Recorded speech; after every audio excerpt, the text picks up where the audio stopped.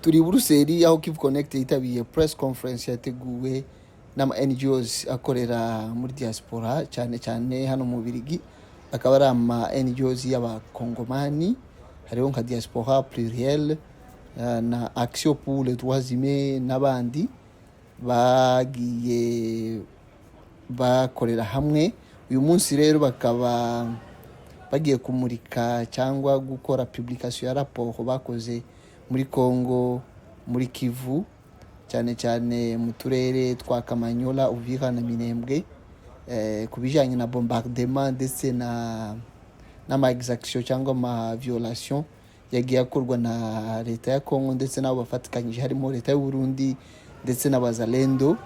Hanyuma uyu munsi akaba ari iyo conference twajemo. Uyu munsi rero nyuma ya conference, kuko twagiye tuyibagezaho mu mavideo yatambutse, hari abantu benshi rero bayitabiriye. Bamwe muri abo harimo na Emmanuel Nkunda uyoboye mutualité y'abanyamurenge hano Belgique, akaba ari we rero tugiye kuganira adusobanurira mawili matatu ku bijyanye nuko yakiriye iyi raporo ndetse n'ibindi bibazo turi buze kumubaza. Rero mubane natwe, murakoze cyane.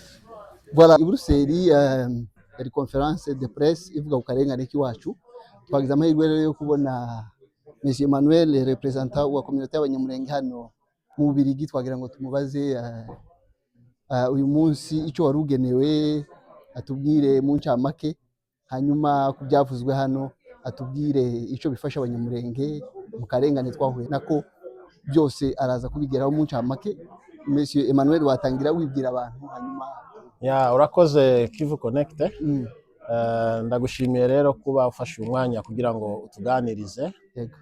Nk'uko bivuze, nitwa Emmanuel Nkunda, abandi president wa mutualité y'abanyamurenge hano mu gihugu cy'u Bubiligi.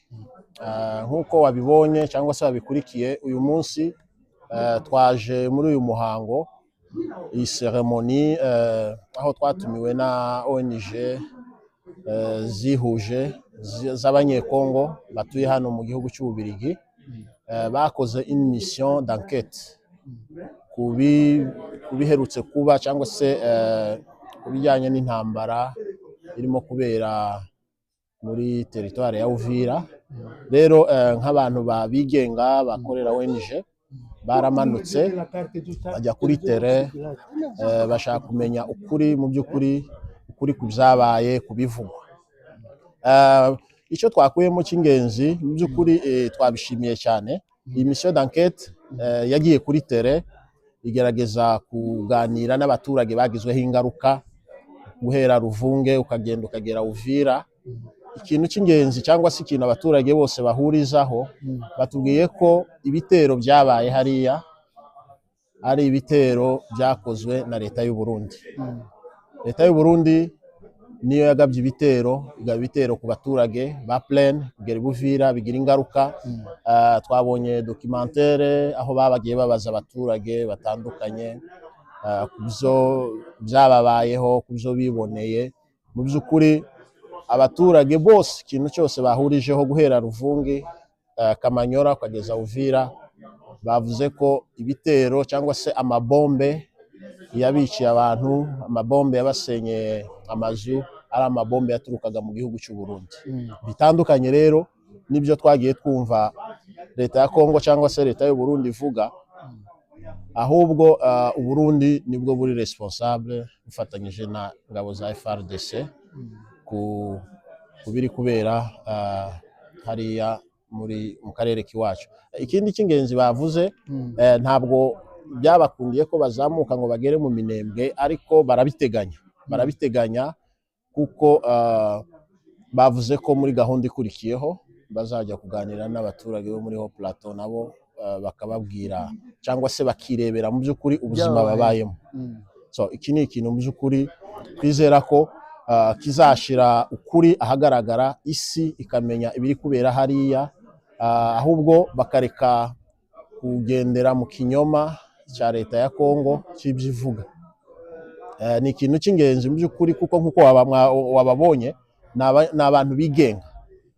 harimo n'abanyamategeko bagerageje kutubwira, bagerageza guhuza ibi bintu byabaye hariya, ibikorwa by'ubwicanyi cyangwa se ibitero byagakozwe n'ingabo za Kongo zifatanyije n'u Burundi, icyo amategeko mpuzamahanga abivugaho.